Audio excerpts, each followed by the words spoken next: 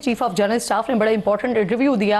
उन्होंने ये तो बताया कि 22 अगस्त की पोजीशंस पर वापस जा रही हैं हिंदुस्तानी फौज भी, पाक फौज भी, लेकिन उसके साथ साथ उन्होंने खदशे का भी इजहार किया है कि जो पहले वाली जंग हुई थी, जो अगर इसके बाद खुदा न खास्ता मुस्तकबिल में कोई जंग होती है तो वो बड़े शहरों तक जाने वाली जंग होगी। तो अब सिचुएशन ये है सर कि एक तो क्या ये खित्ते का अब न्यू नॉर्मल होगा, और दूसरा ये कि अगर यही वाली सिचुएशन रहती है, अगर जंगों की तरफ ही जाना है, खदशा मुसलसल बरकरार रहता है, तो फिर तरक्की कैसे होगी, मईशत कैसे संभलेगी सर?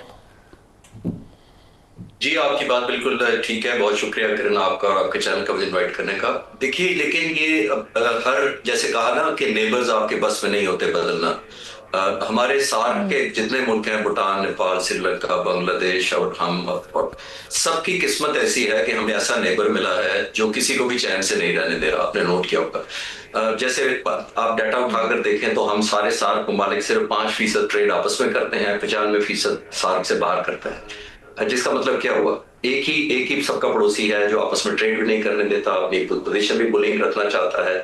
दुनिया में जितने आप फोरम उठाकर देख लें, नॉर्थ अमेरिका है, अफ्रीका है, मिडल ईस्ट है, आसियान है, यूरोप है, सब आपस में पहले ट्रेड करते हैं। प्रेफरेंस होती है because of transportation, ease of access और व्हाटएवर जितने होता है। लेकिन यहाँ पे ये बदकिस्मती देखें कि ना सिर्फ ट्रेड नहीं होता बल्कि सिर्फ एक्सकलेशन और जंगों की तरफ ही हम चल रहे हैं। पाकिस्तान क्योंकि हेजमनी नहीं कबूल कर रहा, ऑब्वियसली न्यू नॉर्मल जो आप कह रही हैं, न्यू नॉर्मल तो हमने 10 तारीख की सुबह फजर के बाद जो 5 घंटे थे वो सेट किया, और खासतौर पर पाक फिजाइया ने जो किया है। क्योंकि न्यू नॉर्मल वो चाह रहे थे 6 तारीख की रात वाला मान लिया जाए, जब हम जिसको मर्जी ड्रोन मारा करें, जितने मर्जी पेनिट्रेशन में स्टैंड ऑफ वेपन्स मार दें, जितने यतीम बच्चों को यतीम और माँ बाप को बच्चों यतीम कर दें बच्चों को, वो उन्होंने न्यू नॉर्मल समझा था कि 6 तारीख का। लेकिन हमने फिर 7 तारीख को एक डिटरेंस का मैसेज दिया 6+1 करके, और कहा कि ये डिटरेंस है, ये प्राइस आपको देनी पड़ेगी। शायद वो फिर समझ नहीं आया 7-8 तारीख को जो यहाँ पे ड्रोन आते रहे, वो एक और इंडिकेटर थे कि या हिंदुस्तान हमारी काबिलियत पर शक रखता है या फिर हमारे हौसले पर शक रखता है। और दोनों को हमने फिर 10 तारीख की सुबह गलत साबित किया और न्यू नॉर्मल वहां छोड़ दिया गया। और जब न्यू नॉर्मल उनको एक्सेप्टेबल नहीं हुआ तो आपने देखा कि वो अमेरिका भागे गए, कि उन्होंने कहा किसी तरीके से जान बंद करा दे। और फिर एक और जिसको कहते हैं कि ट्रक की बत्ती पीछे अपनी कौम को लगा दिया, 2019 में कहा था कि अगर हमारे पास राफेल होते तो हम ये करते, और अभी वो कह रहे हैं कि हमारे पास अगर ये एक्मा नया जहाज जो उन्होंने कहा स्टेल्थ हम बनाने जा रहे हैं वो होता तो फिर हम पता नहीं क्या कुछ कर देते, और वो आने वाला है।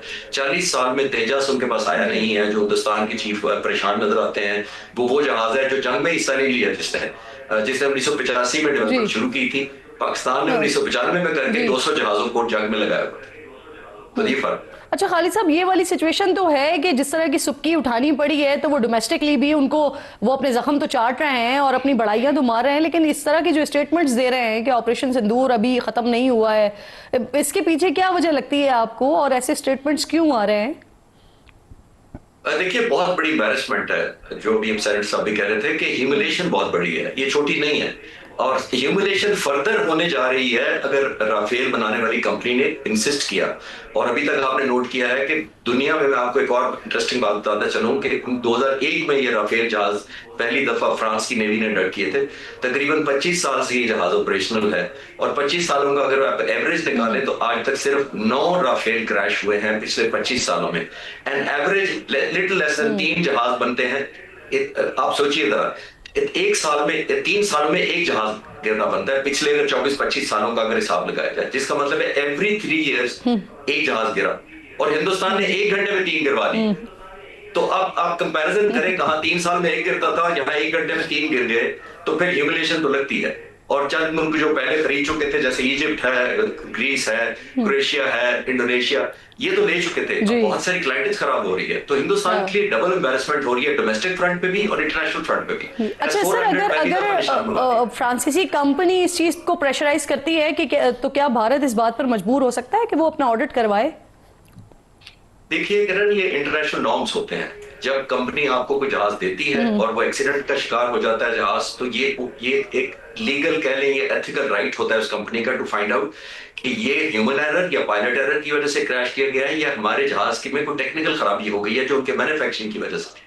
तो जी। आज तक पाक फिजाइया में जी। जितने क्रैशेस होते हैं, जितने जहाजों के, हम ओपन टू द मैन्युफैक्चरर होते हैं और हम उनसे बल्कि गाइडेंस भी लेते हैं कि अगर कोई ऐसी चीज है जो कोलैबोरेशन से हम नतीजे पर, सही नतीजे पर पहुंचे, तो ये हमेशा सारी दुनिया में होता है। ये वाहिद पहली दफा एपिसोड हो रहा है कि अपना क्रैश हो गया, सिक्योरिटी छुपाया जा रहा है, इसलिए कि जिस दिन उन्होंने आके फ्रेंच कंपनी ने कंफर्म किया कि हमारे जहाजों में कोई खराबी नहीं थी, तो ऑब्वियसली फिर क्या खराबी थी, फिर पायलटों में खराबी होगी फिर कोई। और सर अभी तो उन्होंने मजीद ये भी करना शुरू किया ना कि मलबा उन्होंने डालना शुरू कर दिया है राफेल कंपनी पर, कि उन्होंने, क्योंकि वो पासवर्ड्स, वो कोड्स नहीं दिए थे, जिसकी वजह से सिस्टम जो है वो कोलैप्स कर गया और जहाज जो है वो गिर गए। ये इंटरनली इस तरह की भी भारत के अंदर बातें हो रही हैं। मैं दोबारा आती हूँ खालिद साहब आपकी तरफ। शौकत यूसुफजई भी साथ मौजूद हैं, बहुत शुक्रिया। अस्सलाम वालेकुम शौकत साहब, जो डेवलपमेंट्स हुई है ना, पाकिस्तान ने सिफारती महाज पर भी सर बड़ा गेन किया है, और इस गेन का ही नतीजा हम ये भी देख रहे हैं कि पाकिस्तान ने बाकायदा अब अफगानिस्तान में अपना सफीर तैनात करने का फैसला कर लिया है। अफगानिस्तान की तरफ से भी हमें इसी तरह के स्टेटमेंट्स सुनने को मिल रहे हैं।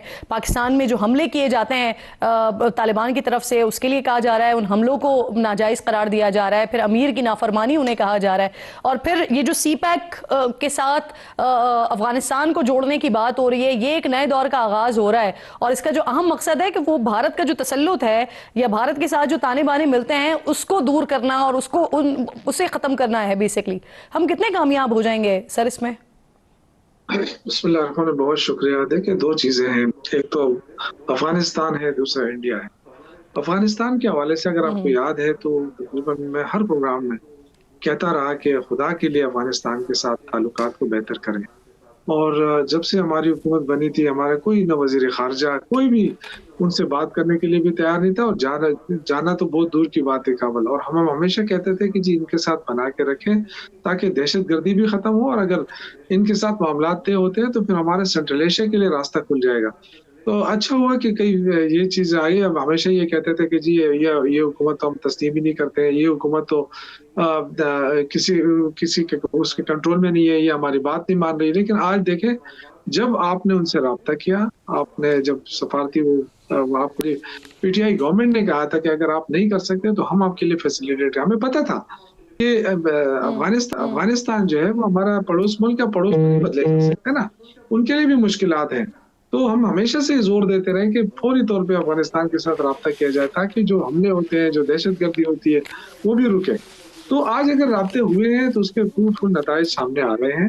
अफगानिस्तान के साथ अगर आपके राब्ते सही हैं, अगर वहाँ पे हालात दुरुस्त होते हैं, वो आपके साथ खड़ी होती है गवर्नमेंट, तो एक तो आपकी दहशतगर्दी ऑटोमेटिकली कम हो जाएगी, और दूसरा ये है कि आपकी तिजारत अफगानिस्तान के साथ भी बढ़ेगी, और अगर अल्लाह ने चाहा तो आप सेंट्रल एशिया के रूट आपके लिए खुल जाएगा।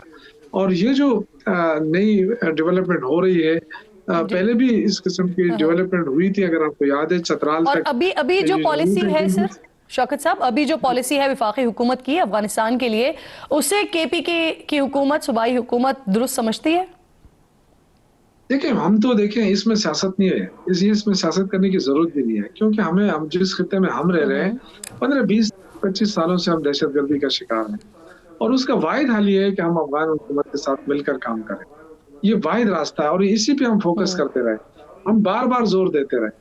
आज अगर हमारी वजारत खारजा या गवर्नमेंट को ये एहसास हुआ है कि हाँ यही एक रास्ता है, देखिए आप बिगाड़ने से तो आप कुछ हासिल नहीं कर सकते ना। आप इंडिया के साथ तो आप लड़ सकते हैं, लेकिन अफगानिस्तान के साथ लड़कर आपको क्या मिलेगा?